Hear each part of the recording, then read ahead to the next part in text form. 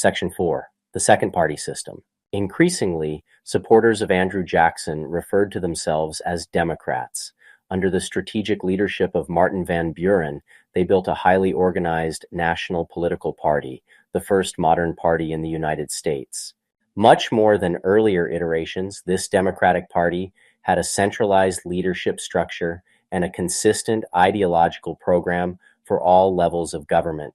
They denounced federal overreach, promoted laissez-faire economic approaches, supported geographic expansion, and put a premium on personal and political loyalty. Meanwhile, Jackson's enemies, mocking him as King Andrew I, named themselves after the patriots of the American Revolution, the Whigs. Growing out of the National Republicans' loose political coalition, the Whigs operated as an anti-Jackson opposition party. But Jackson's enemies were a varied and sometimes entirely contradictory group. For example, Whigs included pro-slavery Southerners angry about Jackson's behavior during the nullification crisis, as well as anti-slavery Yankees. Because of this motley coalition, the party struggled to bring a cohesive message to voters in the 1830s. Anti-Jackson leaders stressed Protestant culture and federally sponsored internal improvements and courted the support of a variety of reform movements, including temperance, nativism, and even anti-slavery. Even before the party formally coalesced, these positions attracted a wide range of figures, including Henry Clay of Kentucky, who served as the anti-Jackson nominee in 1832. Ridiculed by Democrats as an elitist champion of the bank, Clay was roundly defeated by Jackson. A number of voters in 1832, equally dissatisfied with Clay and Jackson, cast their ballots for the anti-Masonic Party, a short-lived party formed in opposition to the secular fraternal order known as the Freemasons.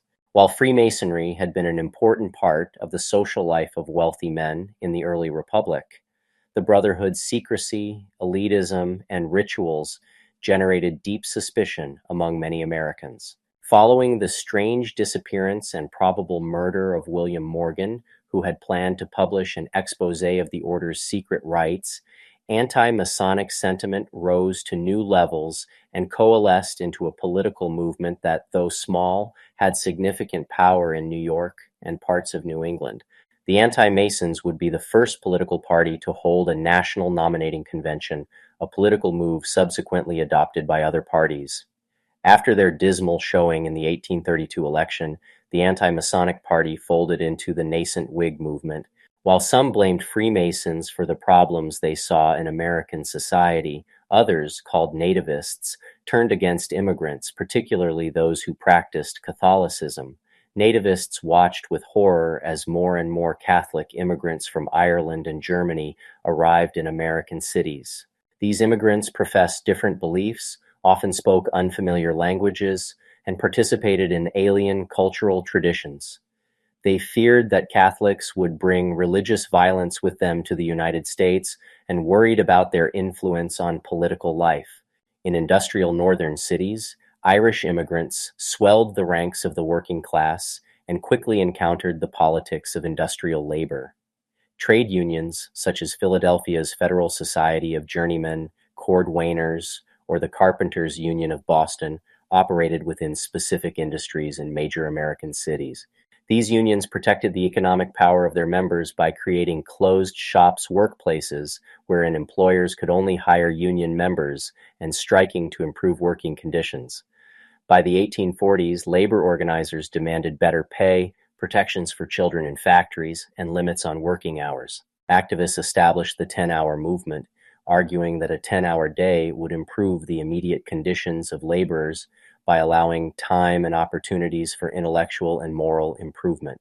Although Democrats tended to support the interests of the working class and garnered the votes of urban workers in 1832, many politicians denounced these organizations as unlawful combinations to promote the narrow self-interest of workers above the rights of property holders and the interests of the common good.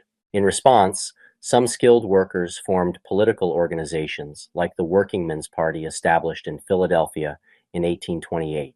Unions did not become legally acceptable until 1842, when the Massachusetts Supreme Judicial Court ruled in favor of a union organized among Boston bootmakers, arguing that the workers were capable of acting in such a manner as best to subserve their own interests. Even after the case, unions remained in a precarious legal position and were often ineffectual in achieving their objectives. Amid this kind of organizing, immigrants remained particularly vulnerable to assault by nativists who feared their religious proclivities as much as their politics. In the summer of 1834, a mob of Protestants attacked a Catholic convent near Boston after hearing rumors that the nuns were holding a woman against her will. Angry men broke into the convent and burned it to the ground. Later, a young woman named Rebecca Reed, who had spent time in the convent, published a memoir describing abuses she claimed the nuns had directed toward novices and students. The convent attack was among many eruptions of nativism in the Northeast during the early 19th century. Growing numbers of Protestants accused Catholic priests of not only preying sexually on young women, but also of politically controlling their parishioners, whom they presumed to be enslaved to the will of the Pope in Rome. Protestant minister Lyman Beecher lectured in various cities, delivering a stark warning. "If the potentates of Europe have no design upon our liberties," Beecher demanded, "then why were they sending over such floods of pauper emigrants, the contents of the poorhouse and the sweepings of the streets, multiplying tumults and violence, filling our prisons and crowding our poorhouses, and quadrupling our taxation, not to mention voting in American elections?" As they struggled to make sense of their rapidly changing world, nativists turned against the Democratic Party, which increasingly courted the vote of urban immigrants. After failing to prevent Andrew Jackson's re-election, this fragile coalition of old national Republicans, anti-Masons, and nativists formally organized as a new party in 1834 to rescue the government and public liberty. Henry Clay, serving again as a senator from Kentucky, after losing his bid for the presidency, held private meetings to persuade anti-Jackson leaders from different backgrounds to unite. He also gave the new Whig Party its anti-monarchical name. The emergence of two cohesive modern political parties gave rise to what historians term the second party system, the two-party political system pitting Whigs against Democrats that would last until 1854. At first, the Whigs focused mainly on winning seats in Congress, opposing King Andrew from outside the presidency. They remained divided by regional and ideological differences. In 1836, the Democratic presidential candidate, Vice President Martin Van Buren, easily won election as Jackson's successor, but the Whigs gained significant public support after the Panic of 1837, and they became increasingly well organized. Section 5, the Panic of 1837. Although Jackson and the Democratic Party had anticipated that their victory over the Bank of the United States would solve the country's economic problems, this optimism proved unfounded. The demise of the second bank not only helped usher in an era of economic instability, but also gave disgruntled partisans a motive to throw their support behind the fledgling Whig Party. The economic outlook of the nation looked good throughout much of Jackson's two terms, even initially after his veto of the bank's reauthorization. Between 1834 and 1836, a combination of high cotton prices, freely available foreign and domestic credit, and an infusion of specie, hard currency in the form of gold and silver, from Europe spurred a sustained boom in the American economy. At the same time, sales of Western land by the federal government promoted speculation and poorly regulated lending practices, creating a vast real estate bubble. Meanwhile, state-chartered banks rapidly proliferated and paper banknotes circulated at higher rates than ever. Jackson's Treasury Department, concerned that paper money was increasing inflation, issued the Specie Circular in 1836, requiring payment in hard currency for federal land purchases. The resulting contraction of credit, foreign lenders calling in their American loans, and limited availability of specie led to the Panic of 1837. Runs on banks began in New York on May 4, 1837, as panicked customers scrambled to exchange their banknotes for hard currency. By May 10th, New York banks, running out of gold and silver, stopped redeeming their notes. As news spread, banks around the nation did the same. By May 15th, the largest crowd in Pennsylvania history had amassed outside Independence Hall in Philadelphia, denouncing banking as a system of fraud and oppression. The Panic of 1837 led to a general economic depression. Between 1839 and 1843, the total capital held by American banks dropped by 40% as prices fell, and economic activity around the nation slowed to a crawl. The price of cotton in New Orleans, for instance, dropped 50%. 200 banks closed, cash and credit became scarce, prices declined, and trade slowed. 8 states and a territorial government defaulted on loans made by British banks to finance internal improvements. Martin Van Buren, dubbed Van Ruin by his opponents, would spend his presidency mired in the economic fallout of the panic, creating a rich political opportunity for the newly formed Whigs. Section 6. Indigenous Dispossession. American politicians in the 1830s were mostly preoccupied with debates over tariff policy and banking, but meanwhile the federal government increasingly threatened the power of tribal nations. Presidents since at least Thomas Jefferson had discussed removal, but Jackson took the most dramatic action, believing that speedy removal will place a dense and civilized population in large tracts of country now occupied by a few savage hunters.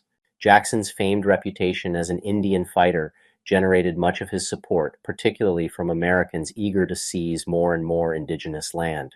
State and federal governments began to cease trying to assimilate Native Americans and instead planned for forced removal. Indeed, Jackson in part won the Southern vote because his supporters understood that he would expel Native peoples from desirable lands east of the Mississippi.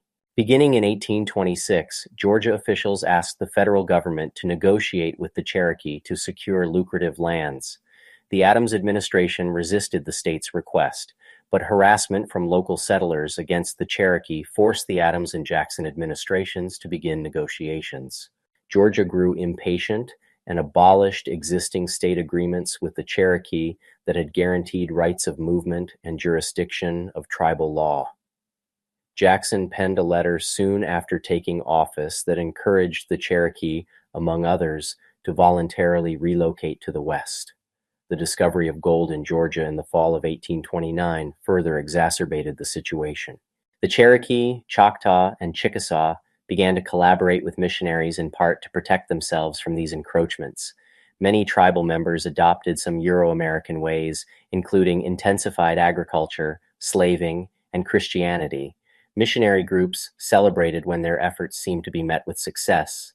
Evangelicals proclaimed that the Cherokee were becoming civilized, which could be seen in their adoption of a written language, the Cherokee syllabary, and of a constitution modeled on that of the U.S. government.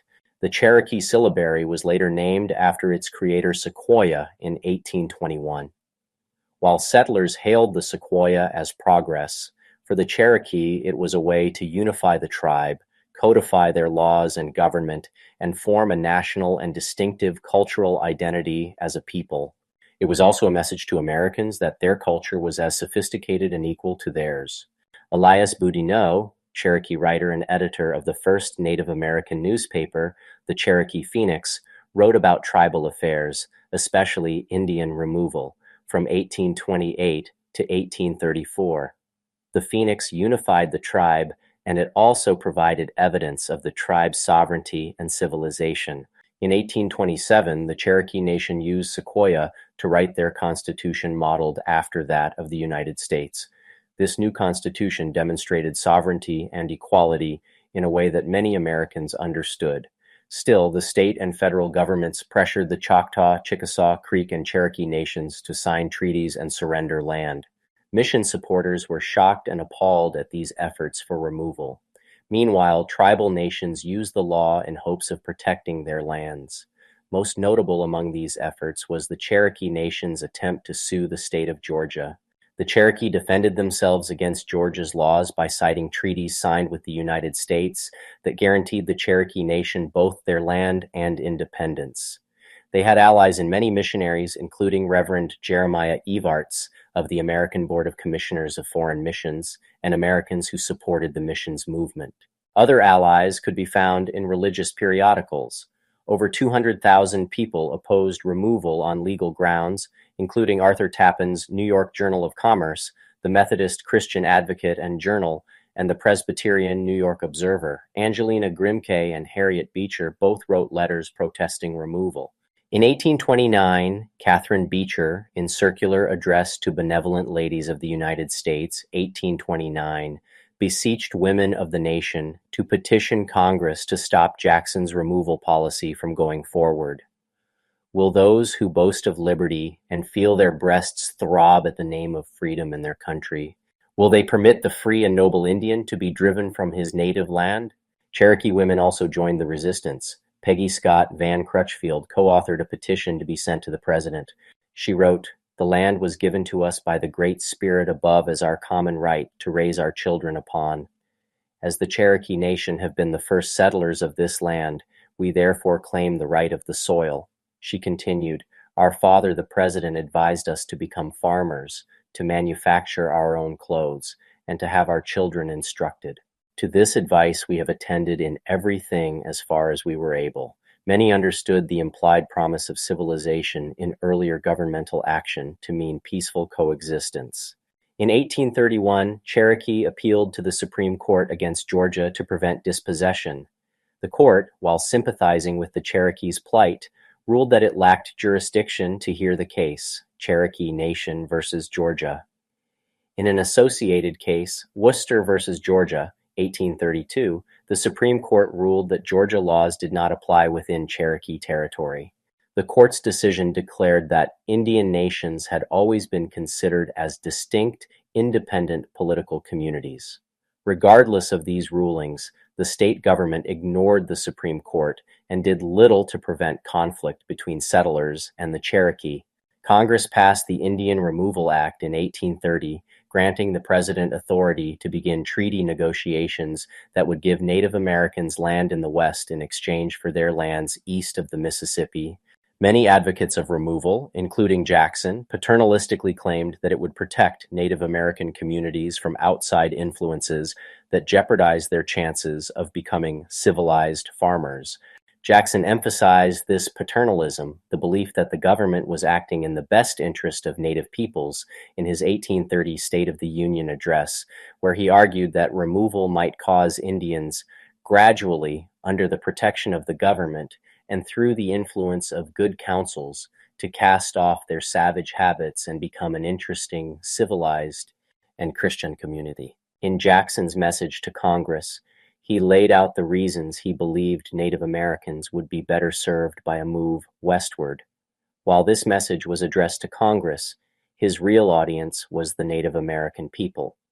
Jackson suggested that the government had always wanted to introduce the arts of civilization to indigenous Americans. He went on to argue that if the tribes moved west of the Mississippi River, they would be given land there and would be free to set up their own governments, largely free from U.S. interference in the future. This land would come to be known as the Big Reservation. In response to Jackson, Muskogee Chief Speckled Snake, with feigned thankfulness and a great deal of sarcasm, tells his people, "Brothers, we have heard the talk of our great father, Jackson. It is very kind. He says he loves his red children." Snake then explained how the Muskogee helped the settlers who first came to the shores, but that this was not enough. The white settlers continued to take advantage of the Native Americans. But when the white man had warmed himself before the Indians' fire and filled himself with the Indians' hominy, he became very large. He stopped not for the mountain tops, and his feet covered the plains and the valley. Jackson sent Secretary of War Lewis Cass to offer title to Western lands and the promise of tribal governance in exchange for relinquishing the Cherokees' eastern lands. These negotiations exploited rifts within the Cherokee Nation. Cherokee leader John Ridge believed removal was inevitable and pushed for a treaty that would give the best terms. Others, called nationalists and led by John Ross, refused to consider removal. The Jackson administration rejected any deal that fell short of large-scale removal, thereby fueling a devastating and violent intra-tribal battle between the two factions. Tensions grew to the point that several treaty advocates were assassinated by members of the national faction. A portion of the Cherokee Nation, led by Ridge, hoping to prevent further tribal bloodshed, signed the Treaty of New Echota in 1835. This treaty ceded lands in Georgia for $5 million and, the signatories hoped, would limit future conflicts between the Cherokee and white settlers. However, most of the tribal members refused to adhere to the terms, viewing the treaty as illegitimately negotiated. John Ross pointed out the U.S. government's hypocrisy. You asked us to throw off the hunter and warrior state. We did so. You asked us to form a republican government. We did so. You asked us to cast away our idols and worship your God. We did so. Now you demand we cede to you our lands. That we will not do. In 1838, President Martin Van Buren used the new Akota Treaty provisions to order the Army to forcibly remove Cherokee, not obeying the treaty's cession of territory. Harsh weather, poor planning, and difficult travel compounded the tragedy of what became known as the Trail of Tears. 16,000 Cherokee embarked on the journey, only 10,000 completed it. Not every instance of removal was as treacherous or demographically disastrous as the Cherokee example. Furthermore, tribes responded in a variety of ways. Some tribes violently resisted removal. The influx of settlers into the Florida Territory, for instance, was temporarily halted in the mid-1830s by the outbreak of the Second Seminole War, 1835-1842, although this conflict was fueled as much by fears of the territory serving as a haven for escaped enslaved laborers. In the Old Northwest, Odawa and Ojibwe communities resisted removal, with some purchasing land independently. They formed successful alliances with missionaries and merchants who depended on trade with native peoples. Yet Indian removal occurred in the North as well. The Black Hawk War in 1832, for instance, led to the removal of many Sauk to Kansas. Ultimately, over 60,000 Native Americans were forced west prior to the Civil War.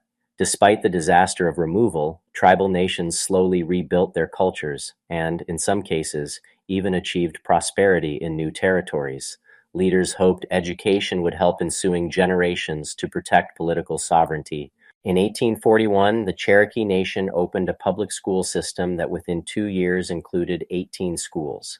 By 1852, the system expanded to 21 schools with a national enrollment of 100 pupils.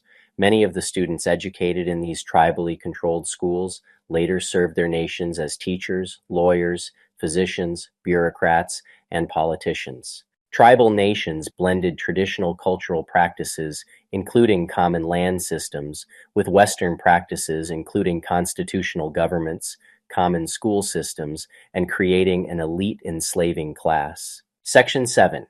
The Cotton Belt. The hunger for land caused Indian removal, and that hunger grew even greater after Rushnut developed the Petit Gulf hybrid strain of cotton in 1833.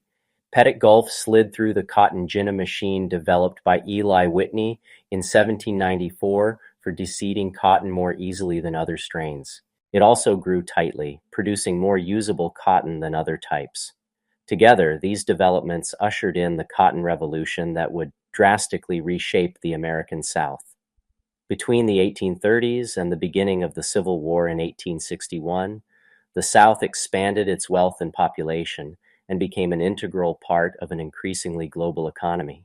It did not, as previous generations of histories have told, sit back on its cultural and social traditions and insulate itself from an expanding system of communication, trade, and production that connected Europe and Asia to the Americas. Quite the opposite. The South actively engaged new technologies and trade routes while also seeking to assimilate and upgrade its most traditional and culturally ingrained practices, such as slavery and agricultural production, within a modernizing world. Thousands rushed into the Cotton Belt. William Henry Sparks, a lawyer living in Natchez, Mississippi, remembered it as a new El Dorado, in which fortunes were made in a day without enterprise or work. Money flowed from newly formed banks in New York City, Baltimore, Philadelphia, and London on promises of otherworldly profits and overnight returns. Some even sent their own agents to purchase cheap land at auction for the express purpose of selling it, sometimes the very next day, at double and triple the original value, a process known as speculation. The numbers were staggering. In 1793, just a few years after the first shipment of American cotton to Europe, the South produced around 5 million pounds of cotton. By 1835, it would export more than 500 million pounds of petty gulf for a global market. The 2 billion pounds of cotton produced in 1860 amounted to more than 60% of the United States' total exports that year. With greater availability of land through Indian removal, federal auctions, readily available credit, and the seemingly universal dream of cotton's immediate profit, slavery became increasingly normalized and ingrained. The heyday of American slavery had arrived. This so-called Cotton Revolution wed the South to slavery. Without slavery, there could be no Cotton Kingdom, no massive production of raw materials stretching across thousands of acres worth millions of dollars. Although slavery arrived in the Americas long before cotton became a profitable commodity, the use and purchase of enslaved laborers, the moralistic and economic justifications for the continuation of slavery, and even the urgency to protect the practice from extinction before the Civil War all received new life from the rise of cotton. As cotton became the foundation of the Southern economy, Southern planters, politicians, merchants, and traders became more dedicated to the means of its production, slavery. In 1834, Joseph Ingram wrote that to sell cotton in order to buy Negroes, to make more cotton to buy more Negroes, ad infinitum, is the aim and direct tendency of all the operations of the thoroughgoing cotton planter. His whole soul is wrapped up in the pursuit. Alongside the geographic expansion of slavery as the Cotton Kingdom moved westward, the numerical expansion of slavery tells the story of the antebellum South. From fewer than 1 million enslaved people in the United States in 1800, that number would quadruple to nearly 4 million held in bondage by the eve of the Civil War. The numbers were staggering. In 1793, just a few years after the first shipment of American cotton to Europe, the South produced around 5 million pounds of cotton.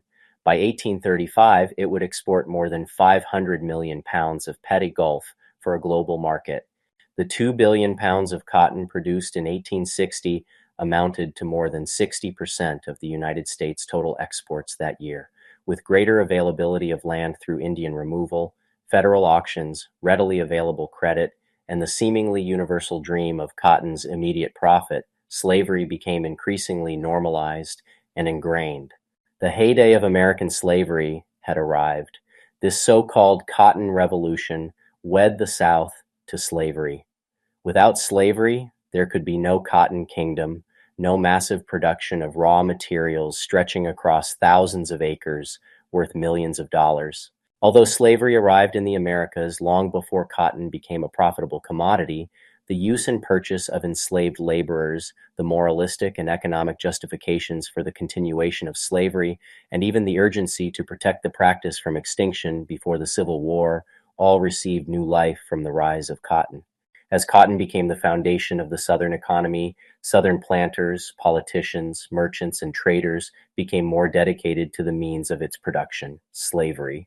In 1834, Joseph Ingraham wrote that to sell cotton in order to buy Negroes, to make more cotton to buy more Negroes, ad infinitum, is the aim and direct tendency of all the operations of the thoroughgoing cotton planter. His whole soul is wrapped up in the pursuit. Alongside the geographic expansion of slavery as the Cotton Kingdom moved westward, the numerical expansion of slavery tells the story of the antebellum South. From fewer than 1 million enslaved people in the United States in 1800, that number would quadruple to nearly 4 million held in bondage by the eve of the Civil War. Enslaved people, the literal and figurative backbone of the Southern economy, served as the highest and most important expense for any successful cotton grower. Prices for enslaved laborers varied drastically, depending on skin color, sex, age, and location. In Virginia in the 1820s, for example, a single enslaved woman of childbearing age sold for an average of $300. An unskilled man above age 18 sold for around $450, and boys and girls below age 13 sold for between $100 and $150. By the 1840s, prices had nearly doubled, a result of both standard inflation and the increasing importance of enslaved laborers in the cotton market. Prime field hands, as they were called by merchants and traders, averaged $2,600 at market by 1850, a figure that fell in line with the rising prices of the cotton they picked. But enslaved people were not merely abstract prices, they were human beings. Among the many evils of slavery included the way that the system required men, women, and children to act like property. When an enslaved person experienced the terrifying, invasive process of a sale, whether in the marketplace or in the place they may have called home, sellers expected them to stand, walk, dance, dress, act, look, and respond like sound slaves. More specifically, like an enslaved person who was healthy, subservient, and could be exploited for their labor. Solomon Northup, a free man of color who was kidnapped and sold as an enslaved person, likened the process of a sale to precisely as a jockey examines a horse which he is about to barter for or purchase. Still, in circumstances defined by violent separations and unknowable possibilities, enslaved people worked to navigate the process of a sale as best they could.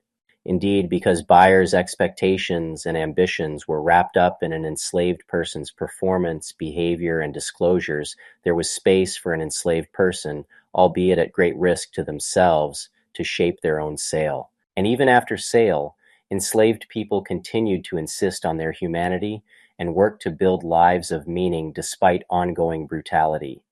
Some resisted with violence, but many others worked to carve out their own spaces of freedom and to pursue their own interests as best as they could. Enslaved people built relationships, pursued personal passions, and even fought to make the sites of their enslavement feel like their home. The Cotton Revolution was a time of capitalism, panic, stress, and competition. Although the cotton market was large and profitable, it was also fickle, risky, and cost-intensive. The more wealth one gained, the more land one needed to procure, which led to more enslaved laborers, more credit, and more mouths to feed. The decades before the Civil War in the South, then, were not times of slow, simple tradition. They were times of high competition, high risk, and high reward. Of course, enslaved women were even more vulnerable in this slave society. Sexual violence, unwanted pregnancies, and constant child rearing while continuing to work the fields all made life as an enslaved woman more prone to disruption and uncertainty.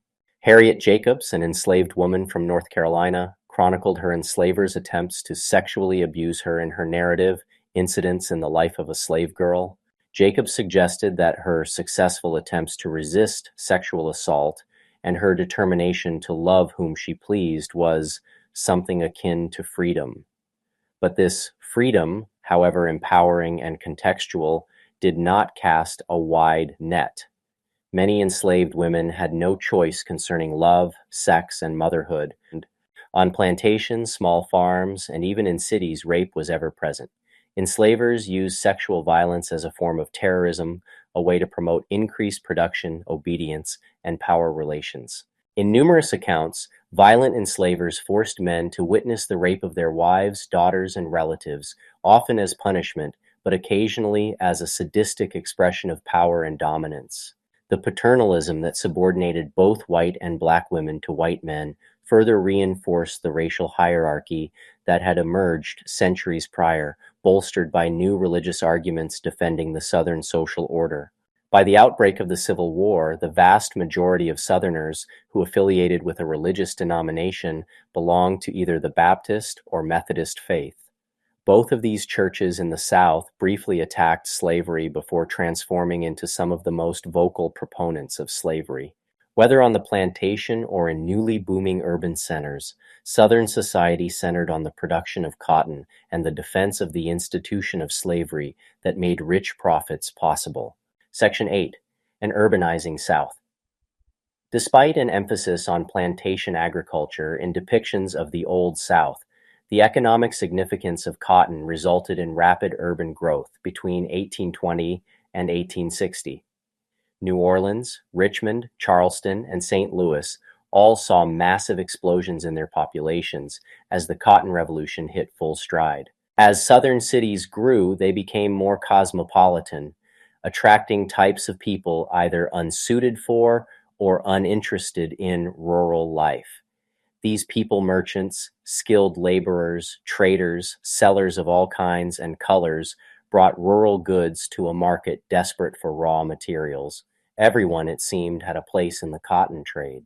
Among the more important aspects of Southern urbanization was the development of a middle class in urban centers, something that never fully developed in rural areas. In a very general sense, the rural South fell under a two-class system in which a landowning elite controlled the politics and most of the capital, and a working poor survived on subsistence farming or basic unskilled labor.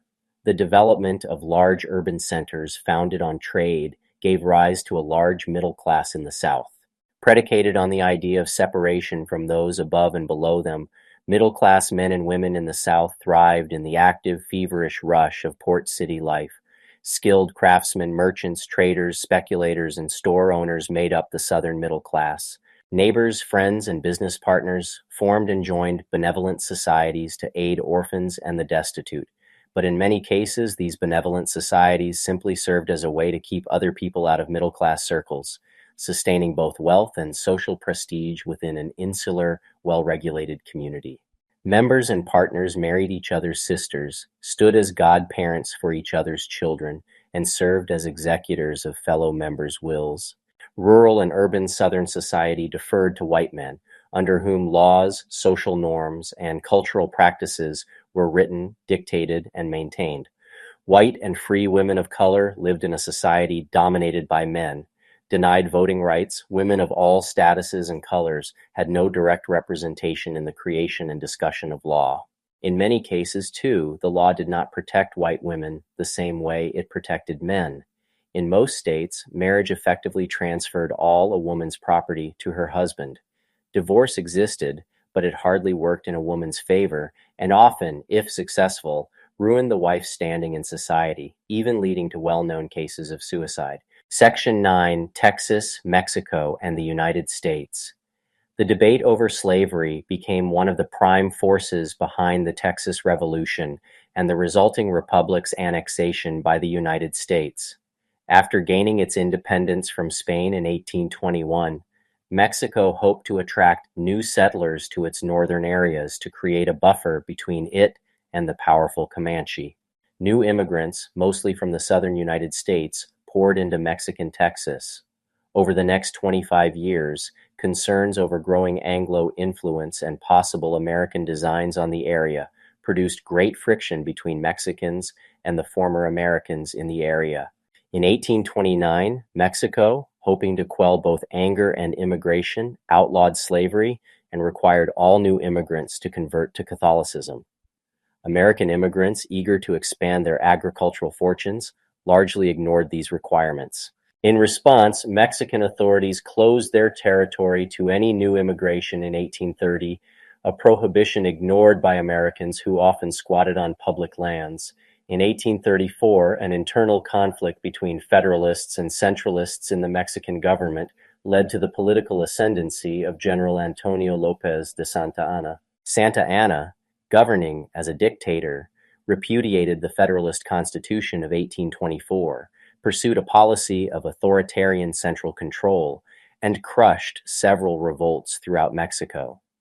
Anglo settlers in Mexican Texas, or Texians as they called themselves, opposed Santa Anna's centralizing policies and met in November. They issued a statement of purpose that emphasized their commitment to the Constitution of 1824 and declared Texas to be a separate state within Mexico. After the Mexican government angrily rejected the offer, Texian leaders abandoned their fight for the Constitution of 1824 and declared independence on March 2, 1836. The Texas Revolution of 1835 to 1836 was a successful secessionist movement in the northern district of the Mexican state of Coahuila y Tejas that resulted in an independent Republic of Texas. At the Alamo and Goliad, Santa Anna crushed smaller rebel forces and massacred hundreds of Texian prisoners. The Mexican army pursued the retreating Texian army deep into East Texas, spurring a mass panic and evacuation by American civilians known as the Runaway Scrape. The confident Santa Anna consistently failed to make adequate defensive preparations, an oversight that eventually led to a surprise attack from the outnumbered Texian army led by Sam Houston on April 21, 1836. The Battle of San Jacinto lasted only 18 minutes and resulted in a decisive victory for the Texians, who retaliated for previous Mexican atrocities by killing fleeing and surrendering Mexican soldiers.